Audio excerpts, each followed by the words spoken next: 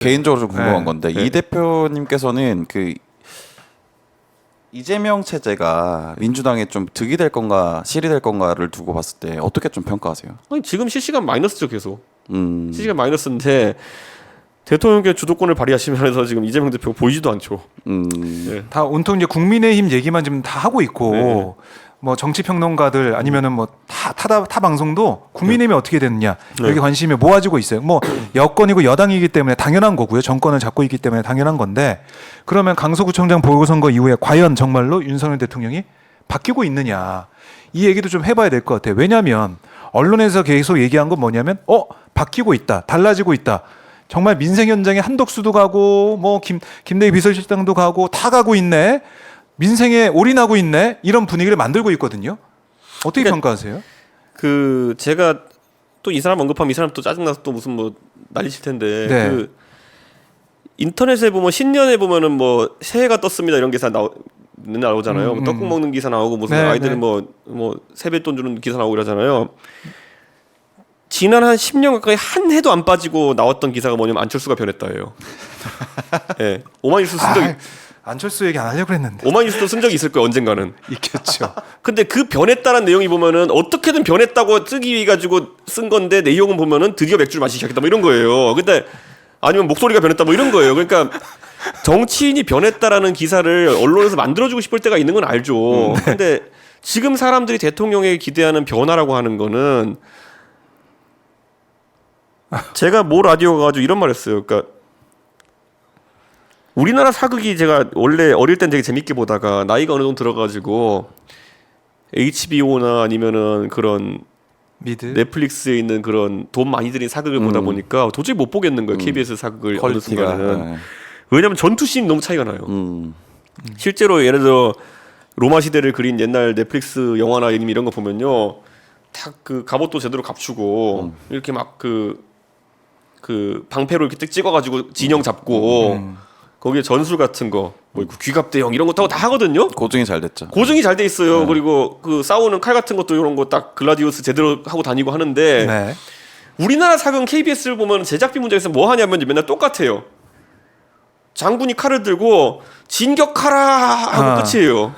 그 다음 씬은 쨍쨍쨍쨍 한 다음에 보면은 퇴각하라 하고 끝이에요. 그냥 보면은. 근데 내용이 없어 디테일이요. 근데 지금 대통령이 하시는 게 딱 그거잖아요. 보면은 민생을 살펴라 이러고 하잖아요. 지금. 그다음에 나중에는 니네 왜 그랬냐 이거밖에 없잖아. 이제 보면은. 그러니까 이게 중간에 아무것도 없어요. 그러니까 저는 이걸 어떻게 생각해야 되냐라는 지금 문제인 거예요. 그러니까 지금 보면은 야 이거 굉장히 걱정스러운 게 걱정스럽다. 디테일이 다 빠져 있는 것 같은 느낌. 그래가지고 그러니까 저도 지금 제가 그러면 대통령이 바뀌었다 이 얘기 왜 하고 있겠어요? 어떻게든 여당이 정신 차리고 선거 이겨보자고 하는 걸 텐데. 아직까지는 좀 안 보인다. 변한 모습이. 아니, 그러니까 이런 것도 얘기해 줘야 되나라는 얘기가 가끔 있어요 보면은. 예. 그러니까 젊은 세대가 사실 지금 젊은 세대에 대한 접근을 늘리려고 한다는 걸 알겠는데 혁신위원 구성. 젊은 세대는 논리적 귀결을 굉장히 중요하게 생각해요. 적어도 이랬다가 돼야 되는 거거든요. 근데 맥락이 다 빠져 있고 그냥 KBS 사극된 거예요 지금 보면은. 그러니까 저는 여러분 나중에 어떻게 되냐면요 모든 게 이런 식이다. 경제를 살려라 이렇게 하고 이런 거예요. 뭐 오늘 회의했다 이런 거밖에 기사 안 나요. 네? 그렇죠. 민생 얘기만. 장관들은 모두 민생을 살펴라 이런 거예요. 그 끝이에요. 그 다음에. 한덕수 총리 사과 샀대요. 직접 가서.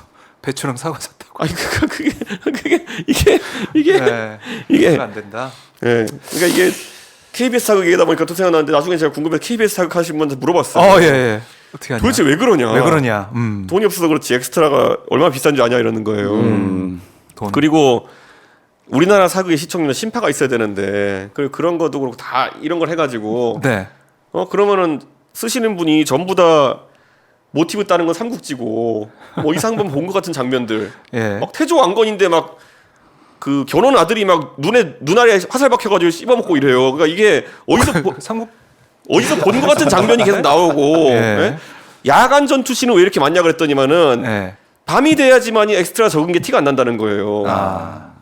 그러니까 근데 제가 말한 것처럼 지금 보면은 지금 굉장히 그냥 뭐랄까 대통령께서는 통치행위인데 뭔가 굉장히 그냥 맥락도 없고. 짜임새가 없어 보이는 네. 느낌이 약간 있다. 예. 아까 제가 말했잖아요. 김한길 칭찬할 거면 김한길이 뭘 얘기해가지고 본인이 못 들어가지고 이것 때문에 아쉽다고 해야 되는데 맥락이 없이 그냥 둘간의 대화라니까요. 그때 김한길 위원장이 이거 하라 그랬는데 안 해서 미안하다. 근데 사실 언론에서는 뭐 소통 뭐 이런 뭐 반성 얘기가 나와서 그 국민들을 대상으로 한 게 아니었다 이렇게 해석하기도 했는데 소통하라. 아니 근데 대통령실도 사실은 그러니까 상식적으로 봐서는 변해야 좀 달라져야 뭔가 그래도 이 스타일이라도 좀 다르게 해서 나와야 국민들이 볼 때 바뀌었다 찍어줄 마음이 생긴다 이렇게 할 거라고 생각은 할 거 아닙니까? 다 우리가 생각하고 있는 그 사안 강서구청 보궐선거 이거 이대로는 안 된다 이 결과를 보니까 당장 저는 제가 그래서 그때 기자회견하면서 얘기했던 거 아닙니까? 최상병 건이라든지 아니면 몇 개 명시적인 것에서 홍범도 장군 네, 건이라든지 이런 거에 대해서 입장 전환을 보여주면은 구체적으로 야 그 수령 무오류주의가 아니라 네 검사 윤석열이 아니라 더 드디어 이제 국민들의 생각을 반영하는 정치인 윤석열이구나라는 생각을 할 거거든요. 근데 그건 또 민생이 아니잖아요. 그렇게 얘기할 수 있을 것 같아요. 대통령실에서. 그럼 민생이 아니면 정치적인 거 아닙니까? 이렇게. 대통령에 대해서 국민들이 민생을 살피는 분들은 오히려 되게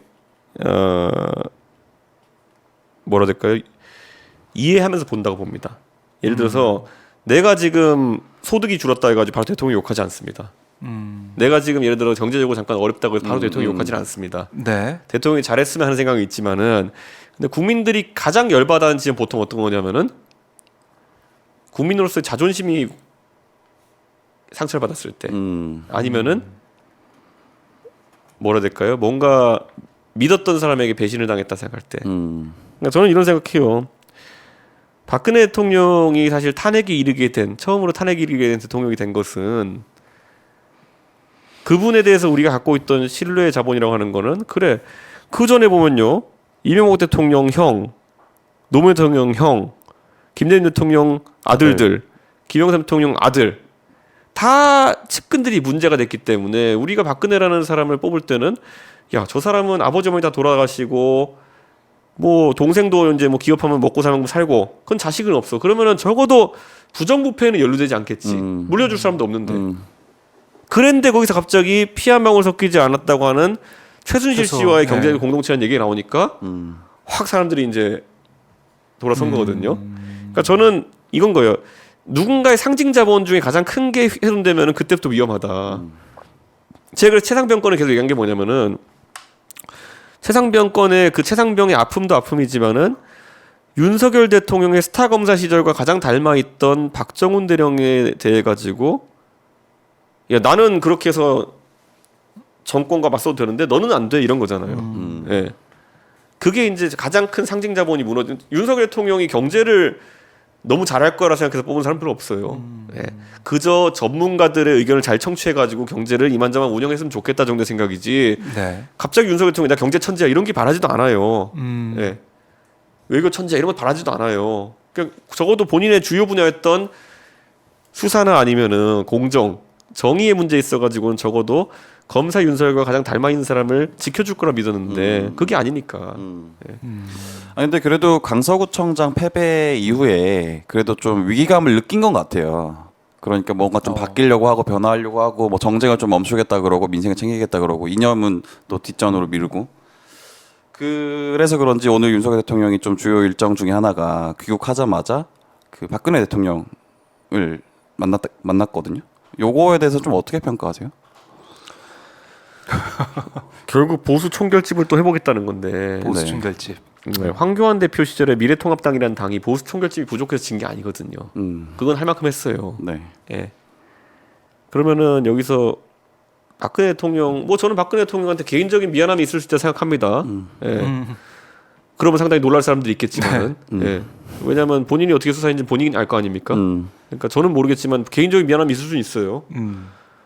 그런데 적어도 지금 상황에서 보수 대결집을 한다고 해가지고 선거를 이기는 지점에 도달할 것이냐 그것만으로는 불가능하다. 네, 그리고 그러면 더 황당한 거죠. 그러니까 박근혜 대통령을 통해 가지고 강경 보수층을 많이 흡수하려는 생각을 했으면은 본인은 그것보다 좀 더 가운데 있었어야죠. 그러니까 이게 만약에 계획된 행보였다면은 지금까지 나는 정말 가운데 있는 국민들과 소통하면서 정말 잘하고 있는 대통령인데 오른쪽에 좀 지지율이 부족해. 아니면 아직도 박 대통령 탄핵에 대해 가지고 좀 불편한 마음 갖고 있는 사람도 있어. 그분들을 껴안지게 했으면 요거 해놓고 일로 가야 되는 거잖아요. 지금 당신께서 박근혜 대통령보다 더 오른쪽에 있어요. 이념적으로. 예. 그런데 이게 지금 이게 그러니까 논리적으로 약간 애매한 거거든요. 그러니까 약간 모양이 어떠냐면요. 오른쪽 끝에 있는 윤석열 대통령이 중도의 박근혜 대통령 포용할 모양새 같이 됐어요 지금. 이게 지금 제가 중도 공략 맞네. 아니 그러니까 이게 지금 아니 저는 그러니까 왜냐면 박근혜 대통령을 지금 태극기 부대 때문에 다른 분들이 잘 거꾸로 이야기할 수 있겠지만은 박근혜 대통령 당시의 정책들은 굉장히 중도적이었어요. 무슨 말이냐면은 반값 등록금이라 일컬어지는 국가장학금 제도도 박근혜 대통령 시절에 들여왔던 것이고 기초노령연금이라든지 이런 것들 거기에 대해서 박근혜 대통령의 대중국 외교 보십시오. 천안문 광장 가가지고 손 흔들고 있잖아요. 그렇죠. 그러니까 이런 모든 걸 봤을 때 박근혜 대통령이 윤석열 대통령보다 더 중간 쪽이에요. 그러니까 지금 이거는 뭔가 오른쪽 끝에 계신 대통령이 중도 확장을 이상하게 하는 모양새처럼 돼버린 거예요 지금. 그러니까 저는 굉장히 잘못된 정무적 판단이었다. 아니 뭐 저거라도 하시면 좋은데 제가 저 사진을 보면서 실제로 오른쪽에 서 계시지만 누가 더 오른쪽인지 지금 누가 더 오른쪽인지 생각해 보면 훨씬 더 오른쪽에 계시거든요.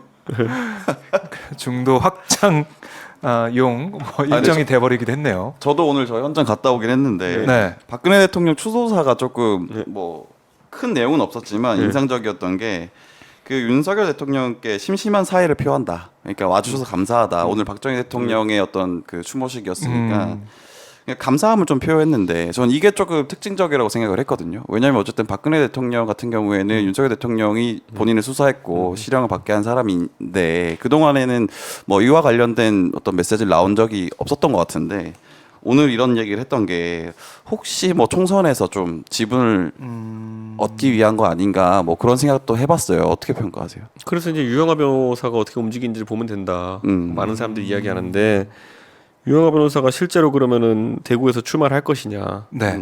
네. 그럼 대구에서 출마한다고 했을 때 또 그러면 딜레마에 서게 되는 것이죠. 네. 유영하 변호사의 자리를 마련하기 위해서 그럼 누구를 쳐낼 것이냐? 그럼 유영하 변호사 한 사람을 포섭해서 박근혜 대통령을 통해서 얻을 표가 있느냐 플러스 얻었을 때 잃을 의석은 없느냐? 당장 구도만으로 보면 또 수도권이 잃는 구조거든요.